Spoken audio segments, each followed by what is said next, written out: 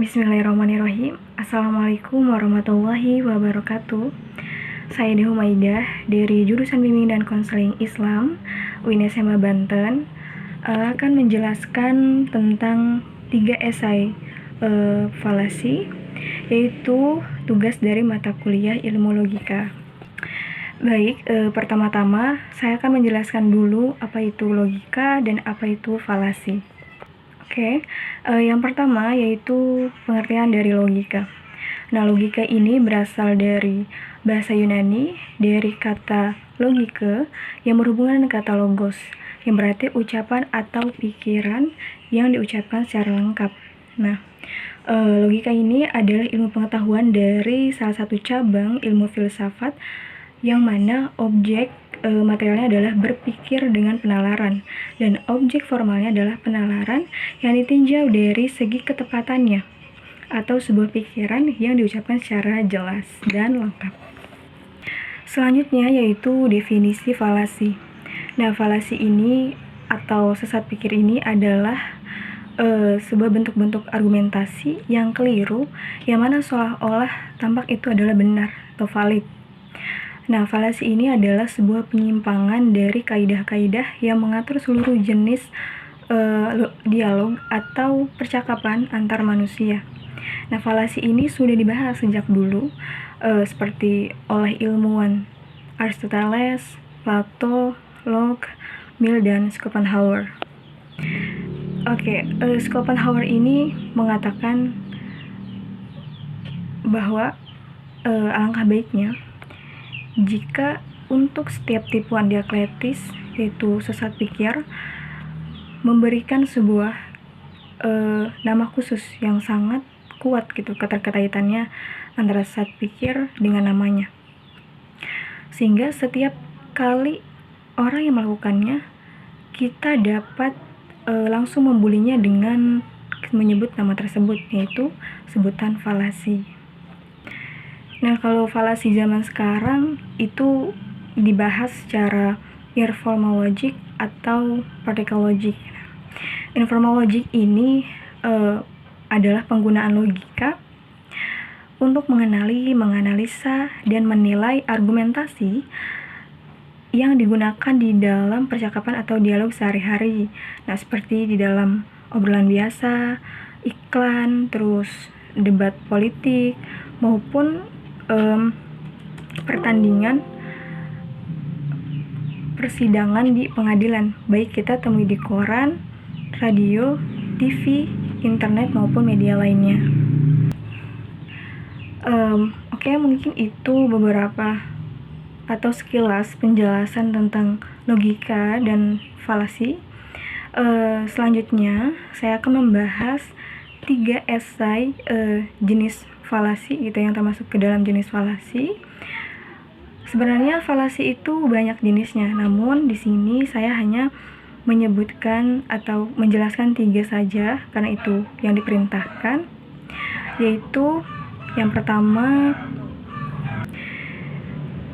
itu red herring, yang kedua strawman fallacy, dan yang ketiga hasty generalization. Oke, baik, yang pertama itu ada red herring ya. Nah, red herring ini diartikan sebagai sesuatu yang menyesatkan atau mengalihkan perhatian dari pernyataan yang relevan atau penting, yang mana hal ini berupa kesalahan logika yang mengarahkan para pembaca atau audiens untuk mengambil kesimpulan yang salah.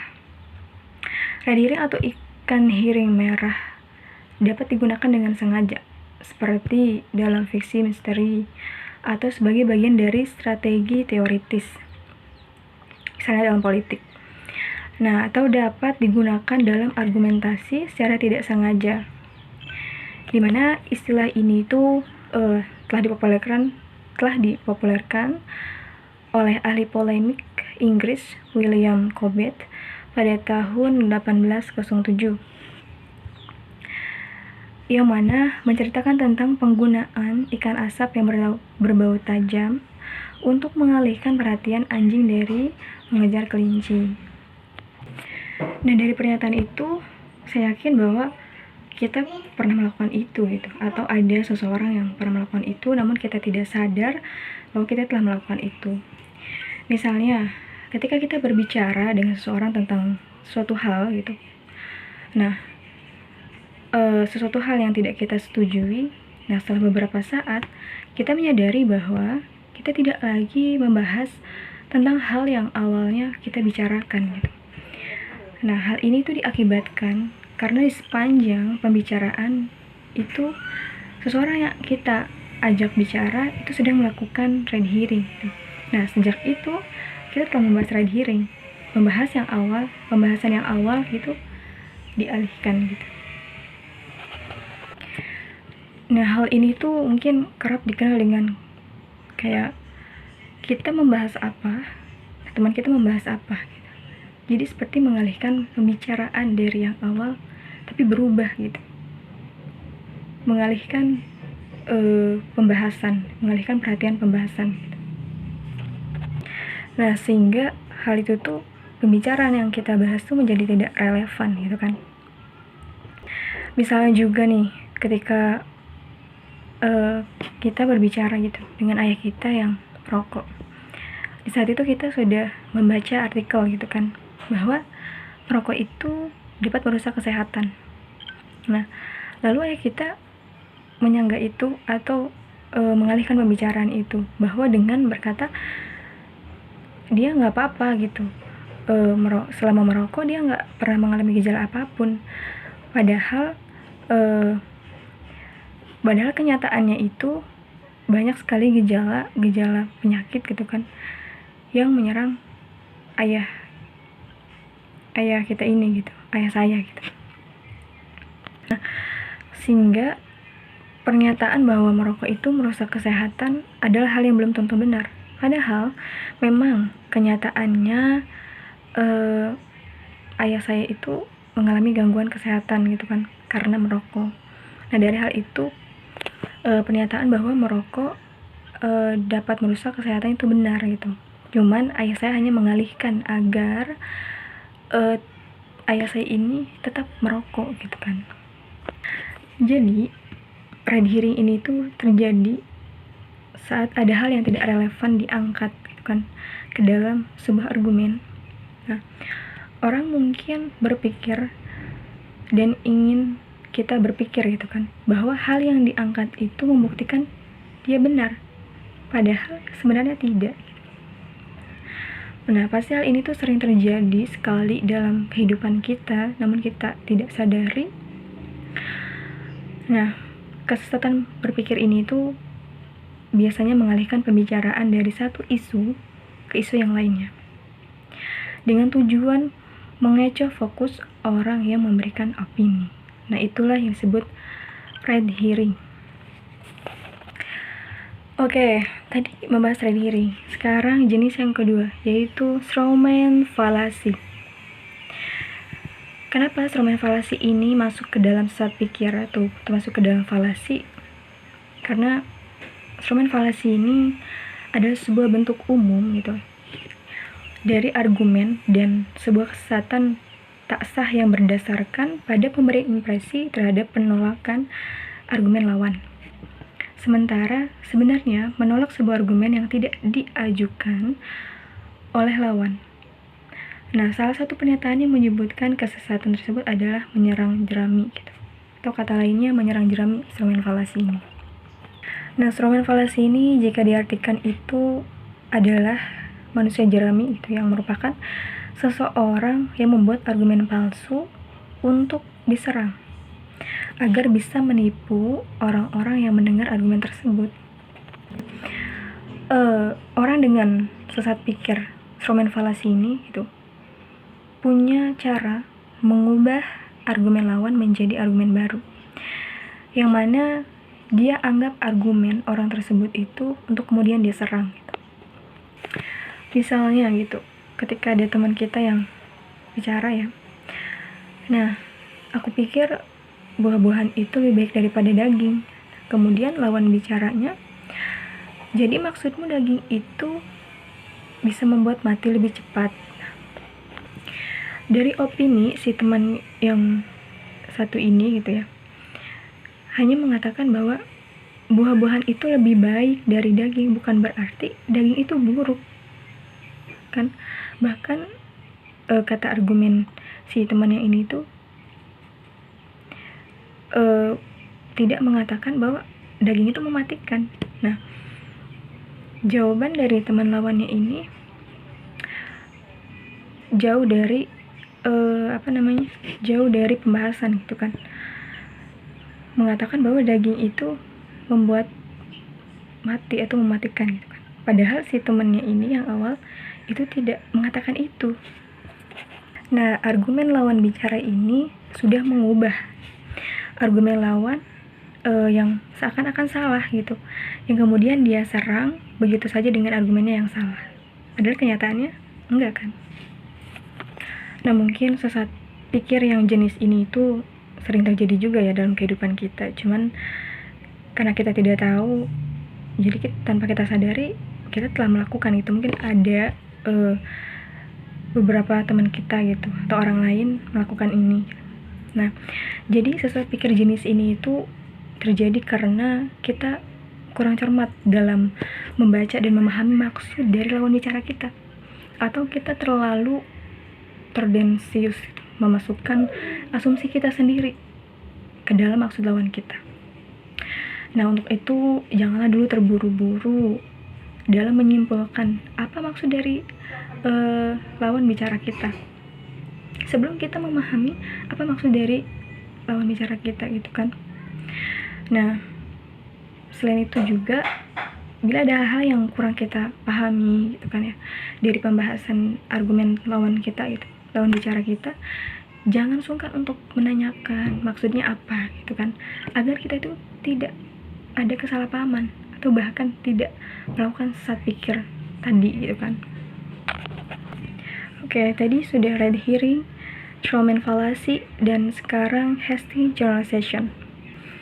Nah, hasty generalization ini termasuk ke dalam sesat pikir karena ketika ada salah satu pihak gitu kan yang tidak memiliki ilmu atau data atau fakta yang memadai ketika berargumen. Nah, maka orang ini tuh akan menggunakan falasi jenis ini gitu, untuk berargumen sesuai dengan kemampuan atau data yang dia punya, sehingga bisa keluar dari topik pembahasan gitu.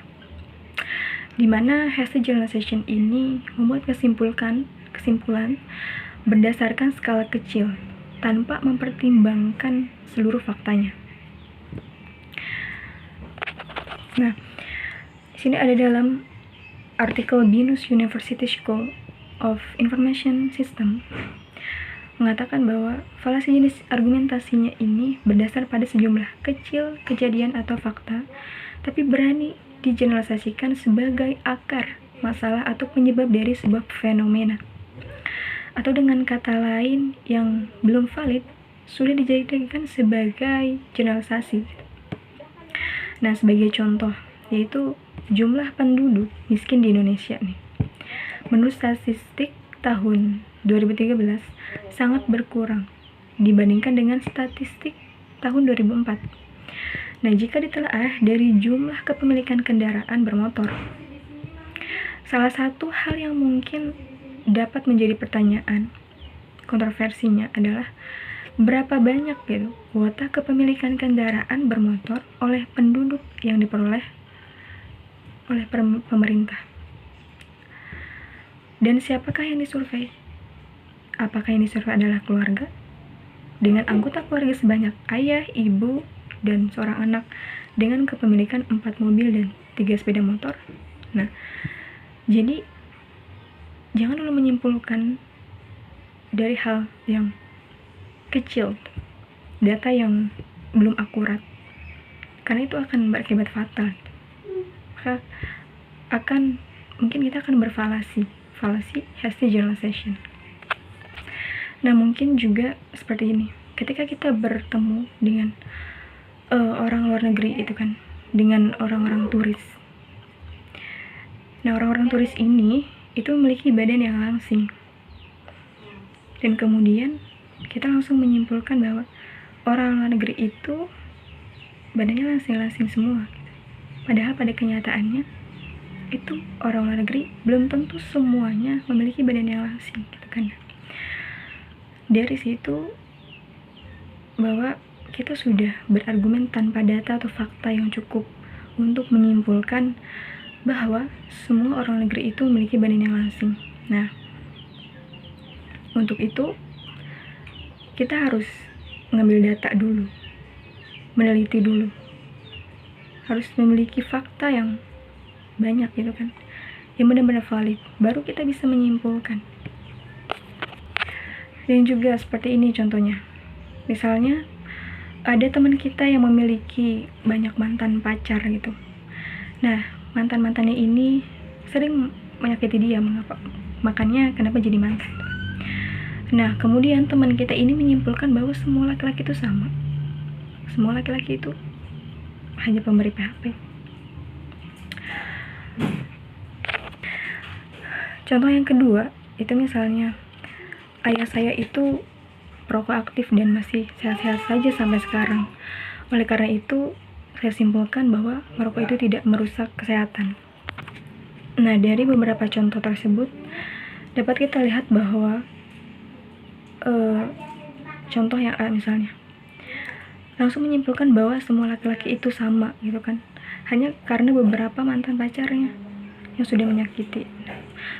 Padahal bukan berarti laki-laki di luar sana yang belum dia temui itu memiliki sifat yang sama gitu kan. Mungkin saja kebalikannya. Nah, itu jadi kesimpulan yang salah. Contoh yang kedua, itu kita tidak bisa mengambil resiko untuk kesehatan kita hanya karena melihat ayah kita baik-baik saja kesehatannya ketika merokok, dan tidak bisa hanya melihat satu kasus saja, melainkan kita harus mengamati kasus yang lain juga supaya kita tidak salah berargumen.